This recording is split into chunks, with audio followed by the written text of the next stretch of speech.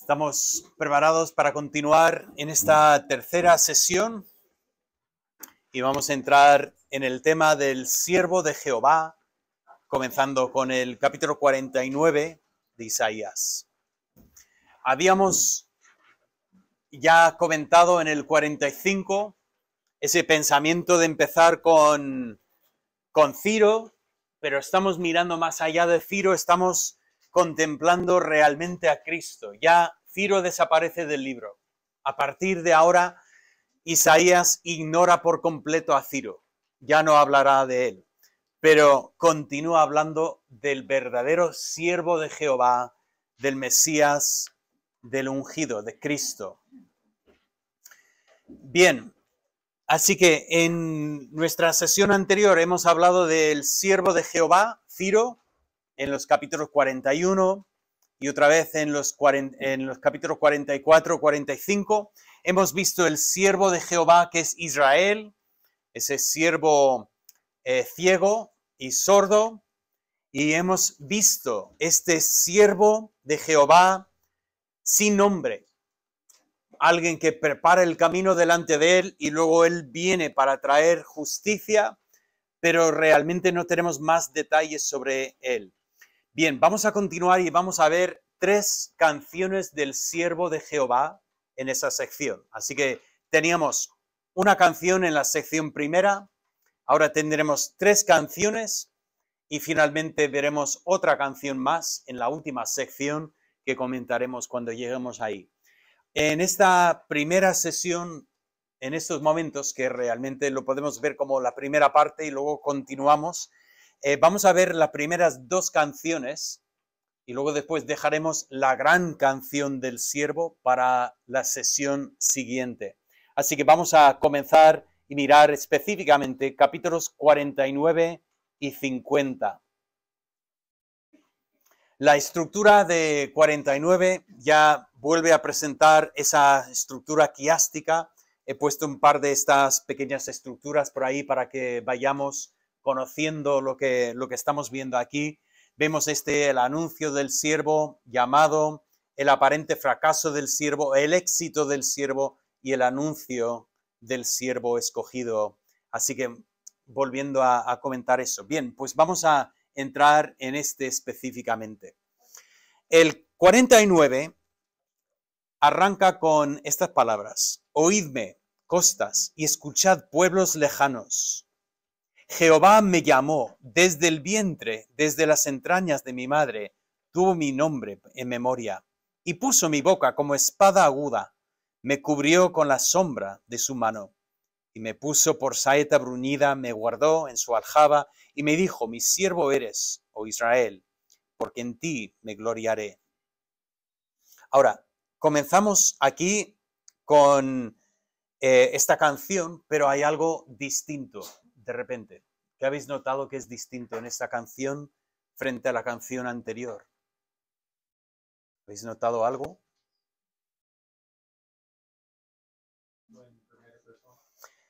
El siervo nos está hablando por primera vez.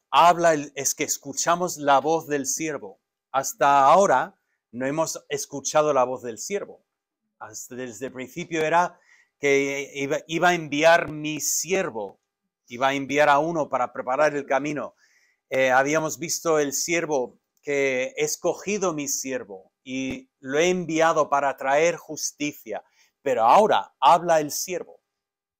Eso es interesante, que el siervo está hablándonos y nos habla aquí de su llamamiento.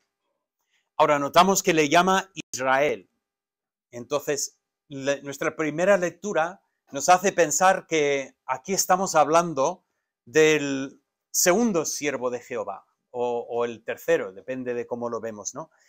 Habíamos hablado de Ciro, Israel y del gran siervo. Pues parece que estamos otra vez hablando del siervo inútil, sordo, ciego.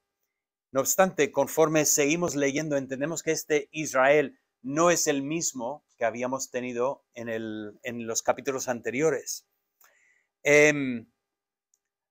Entonces he puesto aquí la preparación del siervo, su boca como espada aguda, cubierto con la sombra de su mano, guardado como saeta bruñida, una flecha pulida. Todo está preparado para tener un siervo que cumplirá la voluntad de Dios. Ahora, lo que más nos llama la atención de esta canción del siervo es lo que viene a partir del versículo 3, en el 4, porque leemos lo siguiente. Pero yo dije, ¿vale? El siervo de Jehová, preparado por Dios, y sin embargo, yo dije, por demás he trabajado, en vano y sin provecho he consumido mis fuerzas, pero mi causa está delante de Jehová y mi recompensa ante mi Dios. Yo tengo este versículo en papel con mis libros. Tristemente, ya no miro mis libros casi nunca porque tengo todo en el ordenador ahora, pero cada vez que miro los libros, yo tengo este pasaje. ¿Por qué? Porque yo vine a España y leyendo este versículo un día digo, a veces es como me siento en el ministerio. Trabajas, te esfuerzas y dices, en vano ha sido. Parece que no tengo nada en cuanto a lo que he hecho. Parece que igual nadie aprecia la enseñanza, el mundo rechaza y dices, ¿y qué hemos hecho? ¿Por qué estamos aquí? ¿Por qué estamos gastando nuestras fuerzas? Y ese versículo, pues un día leyendo la palabra, se me saltó y digo, pues mi causa está delante de Dios. Dios no me ha llamado para controlar los resultados. Dios me ha llamado para ser fiel en el ministerio. Entonces, a mí no me corresponde juzgar si es en vano o no en vano. Lo que tengo que hacer es decir, eso lo dejo en las manos de Dios y dejo que Dios controle. Pero tengo que admitir que esa lectura del versículo era un poco fuera de contexto, un poco en mi momento, ¿no? Leí este versículo como si hubiera puesto David Bell para ti, pero lo tuve un poco fuera de contexto. No quiero decir que lo haya entendido mal, porque la verdad es que lo he entendido bien y es exactamente la enseñanza del pasaje, pero lo ponemos en su contexto. Y entonces lo que nos llama la atención es lo que yo he puesto aquí como el aparente fracaso del siervo. Porque ¿quién diría estas palabras? Sino una persona que aparentemente ha fracasado. Una persona que no tiene el éxito que debería haber tenido en su empresa. Pues mira, él dice estas palabras. Entonces, este siervo de Jehová, preparado por Dios, con el Espíritu de Dios sobre él, con esa espada en su mano, esa flecha bruñida, viene y dice, pues mira, en vano he gastado mis fuerzas. Total, parece que es un fracaso total.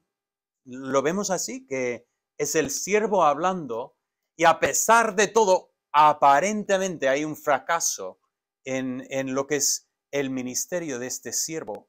No obstante, su recompensa está con Dios y por lo tanto continúa en el 5 y el 6 y nos habla de esta confianza en Dios. Una vez más, los que confían en Jehová, ¿qué hacen?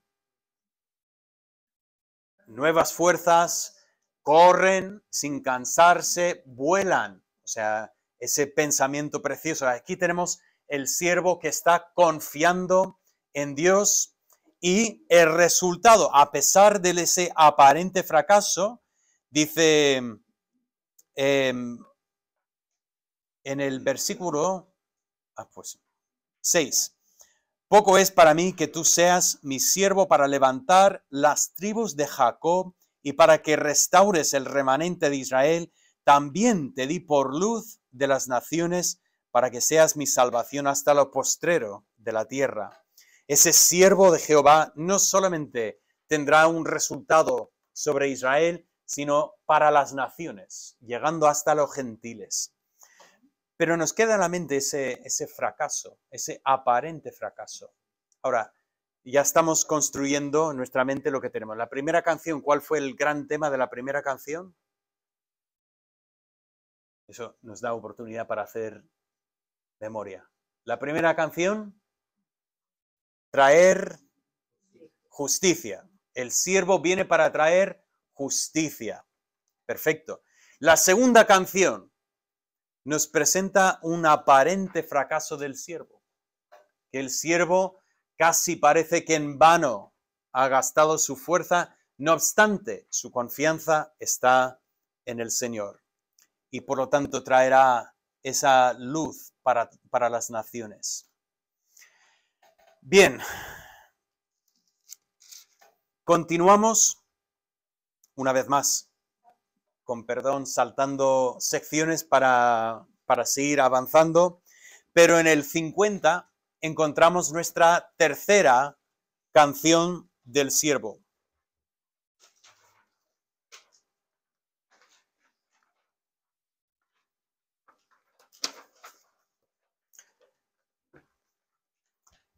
El 50 arranca con estas palabras. Así dijo Jehová, ¿qué es de la carta de repudio de vuestra madre con la cual yo la repudié? ¿O quiénes son mis acreedores a quien yo os he vendido? He aquí que por vuestras maldades sois vendidos y por vuestras rebeliones fue repudiada vuestra madre. Bueno, he dicho todo lo que quería decir, más o menos. Bien. Vale, tenemos una imagen un poco dura al principio de este capítulo. Tenemos la imagen del divorcio o incluso la imagen de vender a una persona para pagar las deudas. Una persona con deudas y por lo tanto esa persona no tiene más forma de ganar dinero para pagar su deuda, por lo tanto paga con su propia vida convirtiéndose en esclavo. Tenemos esto y lo he puesto preparación para el mensaje de redención, porque realmente lo que vamos a ver es que el mensaje de redención solo tiene valor a la medida que comprendemos la situación de la persona. A ver si lo puedo ilustrar de una manera. No sé si uno de tus amigos te ha hecho alguna vez la jugarreta esa de que estás en un sitio mirando así el precipicio, ¿no? Y viene tu amigo por detrás y te empuja así y te dice, te he salvado la vida. Y dices, gracias, creo. No te doy las gracias porque, total, no me has salvado, es que me has amenazado la vida para poder salvarme la vida, por lo cual, si me hubieras dejado en paz, estaría mejor desde el primer momento. Claro, si no estamos en peligro, no apreciamos una salvación. Si nosotros no estamos perdidos, no necesitamos direcciones. Es que no sé si te ha pasado alguna vez una persona que te da direcciones o indicaciones cuando no las necesito. Recuerdo que estaba de visita en España. Eso fue, yo creo que fue antes de casarme. Y mi suegra me dijo, David, corre a la peluquería y cógeme algo. Y me dio un manojo de llaves. No sé, vosotros lleváis un manojo de llaves con 45 llaves que ni sabéis de qué va. Pero me dio las llaves y yo salí corriendo porque entendí la urgencia de la situación. Salgo y claro, voy llegando y digo, no tengo ni idea de la llave que será de la peluquería. Total, yo tengo aquí 50.000.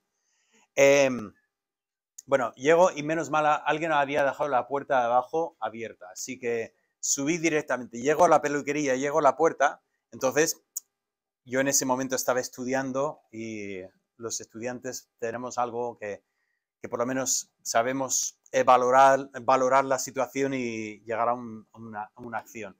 Miré el cerrojo y vi que tenía forma que primero hacía así, entonces cojo la primera llave y la primera llave iba así. Entonces digo, esa no es. Paso. La segunda, esa sí que hace así, así que, pero no entra. Tercera llave, bueno, empieza así. Y de repente escucho que se abre la puerta de arriba y viene bajando un vecino. Y digo, ¿qué va a pensar el vecino? Cuando llega aquí y ve una persona que no ha visto en su vida, yendo llave por llave, Y digo, mal asunto, que va a llamar la policía o algo así, me voy a meter en un lío aquí. Así que digo, no pasa nada en mi mente. Digo, cuando baje, los saludaré efusivamente, me presentaré, el yerno de la Paquita, y continúo adelante sin problemas, ¿no? Así que los pasos van sonando más y más y de repente da la vuelta y digo, hola, buenas, ¿qué tal? Soy David, el yerno de Paquita. Y me dice, yo, vecino, yo, ayudar, dar llaves. Yo estaba preparado para muchas cosas, pero para eso no. Y digo, pues la verdad es que voy ya por la mitad. Y casi lo tengo. Y me dice, vecino, arriba, yo, llaves, dar. Y digo, sabes que en ese momento no se puede hacer más. Digo, toma. ¿Sabes lo que hizo? Dice, ¡esta no es! Sí. Una gran ayuda que me prestó el hombre, ¿no? Una gran ayuda que no necesitaba en ningún momento. ¿Estaba yo agradecido por la ayuda del vecino? No, no. Y lo pongo en ese contexto para decir, el Evangelio siempre empieza con lo que no son buenas noticias. El Evangelio siempre empieza con malas noticias. ¿Por qué? Porque hasta que comprendamos nuestra situación, no podemos comprender lo que es la salvación. Si total no estaba tan mal, ¿para qué quiero la salvación? Pero cuando nos enteramos de que realmente nosotros estábamos muertos en nuestros delitos y pecados, por eso Pablo toma 3 capítulos de Romanos para machacar y decirnos lo que somos ante Dios. Nos conviene tener esa visión, porque si no, vamos al médico y el médico dice, bueno, vas a tener un tratamiento duro, el tratamiento casi te matará. Y dices, ¿sabes lo que te digo? Te ahorras el tratamiento y te lo pones tú, yo no lo quiero. Pero si no te lo pongo vas a morir. Pues entonces cambia la historia, ponme el tratamiento, ¿no? Me interesa. Entonces, eso es lo que tenemos aquí. Tenemos esas primeras imágenes. Una imagen, y he puesto aquí 3 imágenes. La imagen del divorcio, esa ruptura que dices, es imposible que de aquí salga algo bueno. Esa imagen de la esclavitud, de uno que tiene tanta deuda que termina ahí encerrado en la cárcel. Y finalmente esta imagen de una plaga, esa plaga que realmente amenaza. Y todo esto para decir, mira, estamos hablando de lo que Dios va a hacer y lo pone en ese contexto. Y he puesto aquí una plaga, preparación para un nuevo éxodo. Ese pensamiento de que Dios puede sacar a su pueblo incluso por medio de todas estas dificultades. Todo esto para llegar al siervo. Versículo 4. Dice así, Jehová el Señor me dio lengua de sabios. Una vez más, notamos cómo habla el siervo aquí, habla en primera persona. El siervo dice, soy yo. El Señor me dio lengua de sabios para saber hablar palabras al cansado. Despertará mañana tras mañana, despertará mi oído para que oiga como los sabios. Por cierto, este versículo es una descripción perfecta del Señor Jesucristo. Palabra de lengua de sabios. Él hablaba y enseñaba como nadie más podía hacer. Él, hasta sus enemigos reconocían y tenían envidia de él porque enseñaba con una autoridad que jamás habían tenido ellos. Versículo 5. Jehová el Señor me abrió el oído y yo no fui rebelde ni me volví atrás. Este pensamiento, me abrió el oído, nos hace pensar en esa imagen que tenemos en el Antiguo Testamento. Un esclavo siempre tenía la opción de ir libre. Podía o reunir dinero y comprar su libertad, cosa que a veces es complicado cuando eres esclavo, reunir dinero, pero siempre tenía la opción, después de 7 años, salía libre, ¿vale? En la esclavitud, en la Biblia, nada tiene que ver con la esclavitud moderna. Digo moderna para decir, porque todo el mundo piensa en los Estados Unidos, ya no me pasa, pero la gente antes decía, ¿tú eres de los Estados Unidos? Sí, nací ahí. Dice, soy racista, ¿verdad? Sí. Odiamos a todo el mundo. No sé lo que quería que dijera en ese contexto, ¿no? Pero pensamos en la esclavitud moderna y todo el mundo piensa en lo que el viento se llevó y tal, y bien.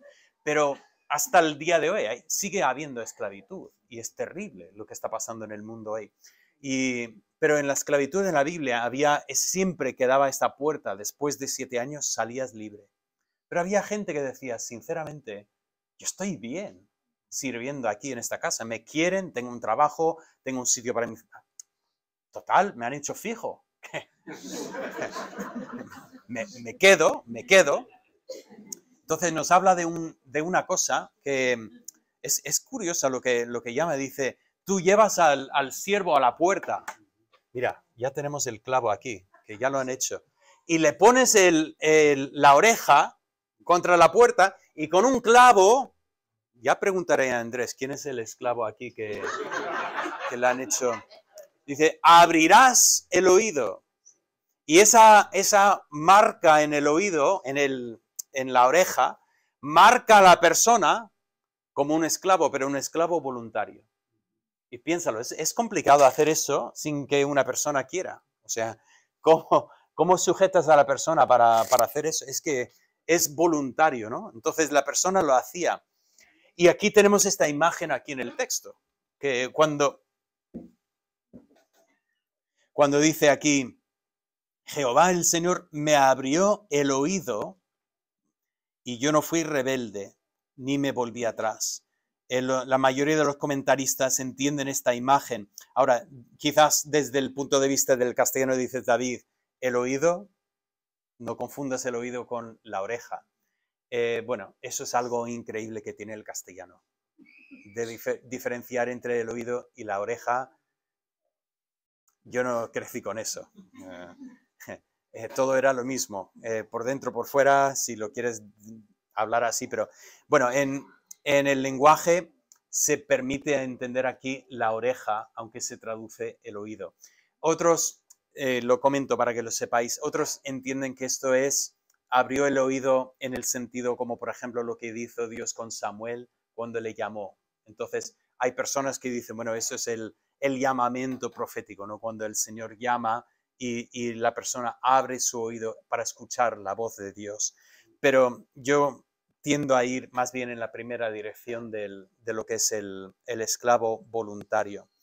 Pero recordáis en la segunda canción que estábamos viendo hace un momento, hablamos del aparente fracaso del siervo, que por algún motivo parece que ha fracasado, que ha sido en vano todo lo que ha hecho. Y volvemos a este tema en esa tercera canción. Dice así el versículo 7, porque Jehová el Señor me ayudará. Por tanto, no me avergoncé. Por eso puse mi rostro como pedernal y sé que no seré avergonzado.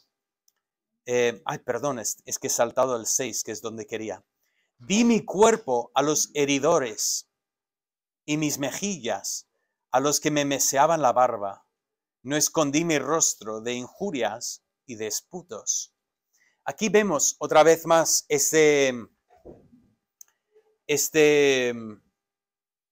aparente fracaso y tenemos más datos. O sea, en la segunda canción vimos que aparentemente, por algún motivo, el siervo casi podría sentirse como que había trabajado en vano, que no ha servido lo que ha sido su vida. Y aquí empezamos a comprender un poco más sobre esto. Di mi cuerpo a los que hieren el cuerpo. Y empezamos a ver el sufrimiento de este siervo. De alguna manera, le han maltratado. Hasta habla de la mejilla y la barba, Y ese pensamiento de coger y arrancar la barba, ese pensamiento que nos pone aquí Isaías. Y no solamente hay esos malos tratos físicos, sino también hay malos tratos emocionales, en que empieza a hablar de injurias y esputos. Todo esto, y ya podéis ver aquí pasajes del Nuevo Testamento, que, claro, nosotros leemos esto y automáticamente decimos, oh, eso es Jesús.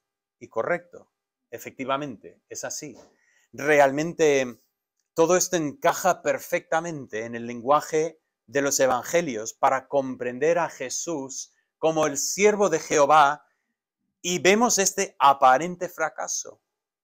¿Quién esperaba eso? Que Dios enviara a su Hijo, al Mesías, y que el ser humano podría tomar al Hijo de Dios y ponerle una corona de espinos y escupirle encima y pegarle, terminar clavándole en una cruz, tirando insultos, diciendo, si tú eres el Hijo de Dios, déjalo, déjalo, vamos a ver si le ayuda a Dios. Ese pensamiento, ¿quién imaginaría eso? Recuerdo un hombre que, bueno, Dios sabe su alma, él ya no se congrega con nosotros, pero recuerdo que este hombre era difícil tratar con él, era muy rudo el hombre, y decía lo que entraba en la mente. Cuando entraba un pensamiento, pues mira, salía de su boca la palabra. No tenía embrague. Fíjate que era mecánico. Se podría haber puesto un embrague para de vez en cuando desenganchar el motor y dar un poco de tiempo para que... Pero no, salía todo. Y recuerdo que me dijo, era bastante frecuente que dijera cosas así, decía, Dios se equivocó. Dios se equivocó. Porque mandó a Jesús y tendría que haber venido Jesús con un láser, un láser, ¿no? Y cuando una persona no creía, hacía y fulminaba a la persona.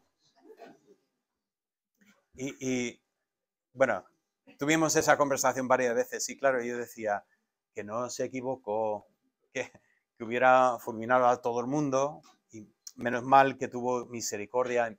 Hasta que un día, haciendo un estudio con él, di con la respuesta. La respuesta era esa imagen de Apocalipsis, que viene el logos de Dios, el Cordero, viene con ese nombre en su muslo, fiel y justo, ¿no? Y viene y con una espada que sale de su boca y con sus ojos consume. Y el hombre dice, ese me gusta. Entonces era solo para ponerlo en contexto, decir, Dios no se equivocó. ¿Tú crees que tendría que haber venido en su segunda venida antes que su primera venida? Pero no, que no te preocupes, vendrá como tú dices, pero primero vino humilde, manso, abriendo el camino de salvación.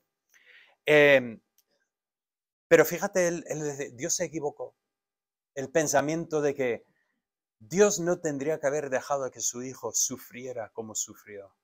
La gente no lo supo apreciar. La gente no sabía quién tenían delante. Y efectivamente, la gente no entendía, no comprendía. Pero todo esto era profetizado desde antes. Dios había prometido que su hijo vendría de esta manera. Vendría manso y humilde. ¿Y sabes qué? Iba a parecer un fracaso. ¿Por qué? Porque iban a coger e iban a abusar de él, hacer lo que no está, o sea, ni lo podemos comprender. ¿Cómo seres pecadores podrían hacer eso al que viene para salvarles?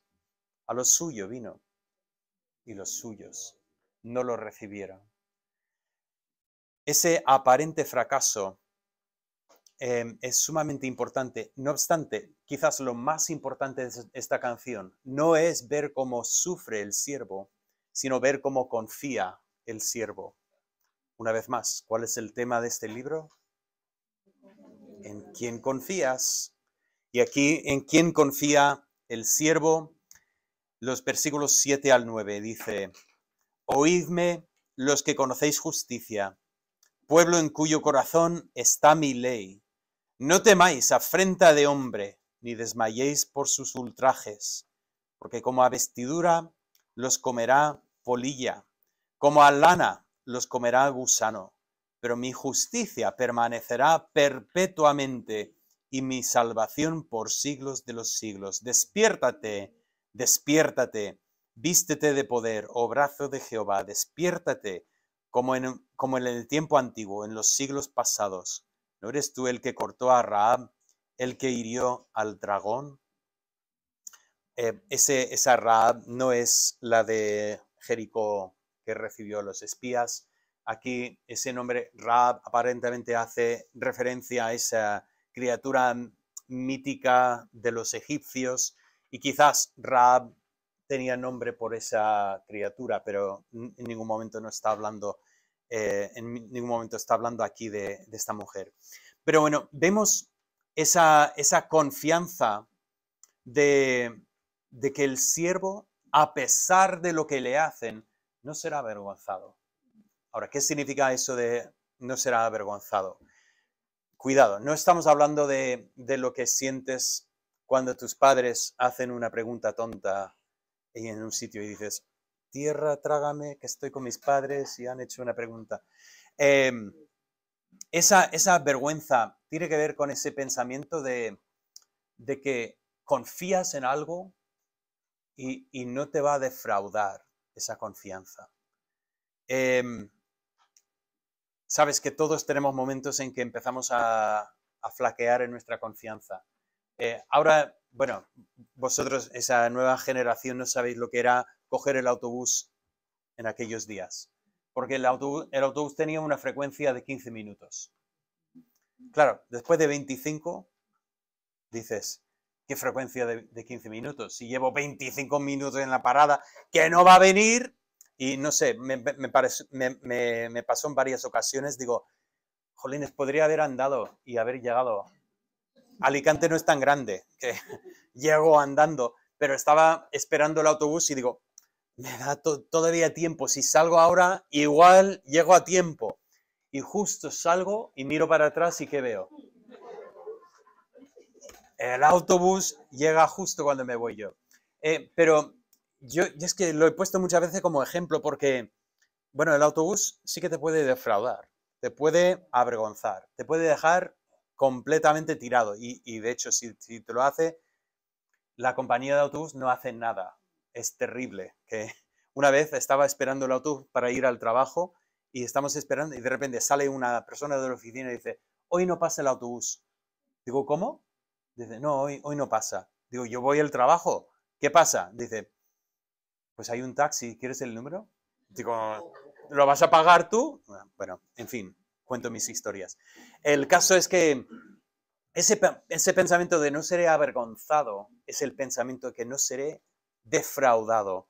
O sea, mi confianza nunca, nunca me fallará. Por cierto, eso es lo que dice Pablo en Romanos cuando dice, no me avergüenzo del Evangelio. Más bien, una traducción un poco mejor sería que el Evangelio no avergüenza, no falla, no defrauda el Evangelio. El Evangelio no promete una salvación y luego cuando una persona confía en Cristo dice, oh, pero hoy no. Tu caso es demasiado. No, el Evangelio es el poder de Dios y nunca, por eso podemos anunciar el Evangelio con confianza, porque nunca falla el Evangelio. Puede fallar la persona puede no confiar, pero el Evangelio es el poder de Dios para transformar vidas. Y aquí tenemos el siervo que tiene esa misma confianza en Dios, que no avergüenza. Él sabe que confía en Dios y su confianza jamás fallará. He puesto aquí las 3 preguntas que tenemos en el 8 y el 9 y he puesto ver Romanos 8 porque es interesante. En Romanos 8 Pablo también sigue este mismo patrón de hacer preguntas y contestar las preguntas. Pero vamos cerrando este pasaje comentando sobre la aplicación de esta canción. Vemos esa confianza del siervo. en el 50:10, ¿quién hay entre vosotros que teme a Jehová y oye la voz de su siervo? El que anda en tinieblas y carece de luz, confíe en el nombre de Jehová y apóyese en su Dios. Esa invitación de confiar, porque tal como el siervo confía, nosotros también podemos confiar. Él es nuestro ejemplo. Y continúa hablando de los que han elegido confiar en sí mismos.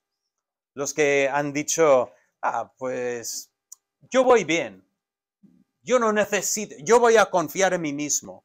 ¿Qué va a pasar con estas personas? Y la respuesta es, hay un camino que al hombre le parece recto, pero el fin de este camino es camino de muerte. Nosotros podemos confiar en nosotros mismos, nosotros podemos pensar que llegamos. En cuanto a los coches, tenemos este fallo los hombres, en general, no todos, pero en general, de no querer nunca parar a preguntar para que nos indiquen el camino, ¿verdad?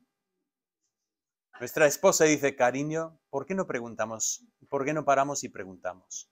Y nosotros decimos, espera, esa tienda me suena. Sí. Yo creo que está justo a la vuelta de la esquina. Vamos a probar una vez más. Bueno, claro, en nuestra soberbia es que nos cuesta. Total, cuando paramos nos van a decir, pues, ¿ves la calle esta? Esa no es. A mí me encanta la forma en que la gente... Y la siguiente, tampoco. Bueno, ¿recordáis el anuncio ese? Decía, ¿ves el Chrysler Voyager ese? Sí, en mi coche. Lo que tú buscas está por ahí. No, una excusa solamente para fardar de coche. Pero si nosotros confiamos en nosotros mismos, si decimos, sí, yo llego, cuidado, vamos a la perdición segura. Y sin embargo, aquí tenemos el siervo que parecía que había fracasado, pero confía en el Señor. Pero su éxito es el gran tema de la siguiente canción. Así que cuando entramos en la siguiente canción, vamos a enfocar en el éxito que tiene el siervo de Jehová.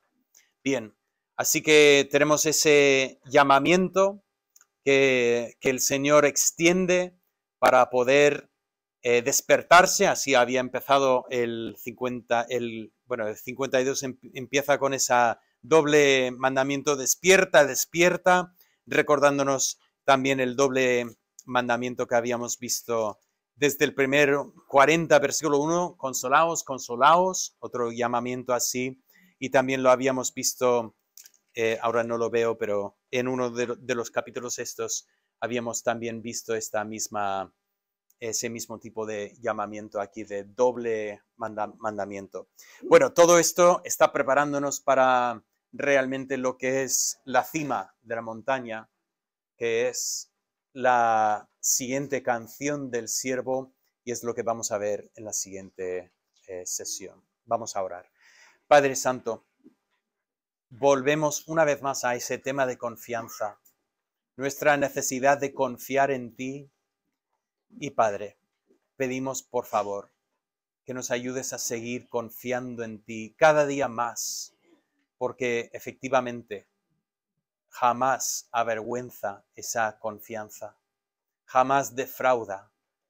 Tú siempre das nuevas fuerzas, estás con nosotros. Y Padre, nuestro Salvador vino dispuesto a sufrir, vino manso y humilde para poder traer justicia para nosotros que confiamos en Él. Y damos gracias por ese gran regalo que tenemos en Cristo. Y por ese libro que podemos estudiar, que abre la puerta, corre la cortina para que contemplemos esa grandeza de ese Mesías, el que realmente merece toda nuestra confianza. Damos gracias por el Señor Jesucristo. En su nombre lo pedimos. Amén.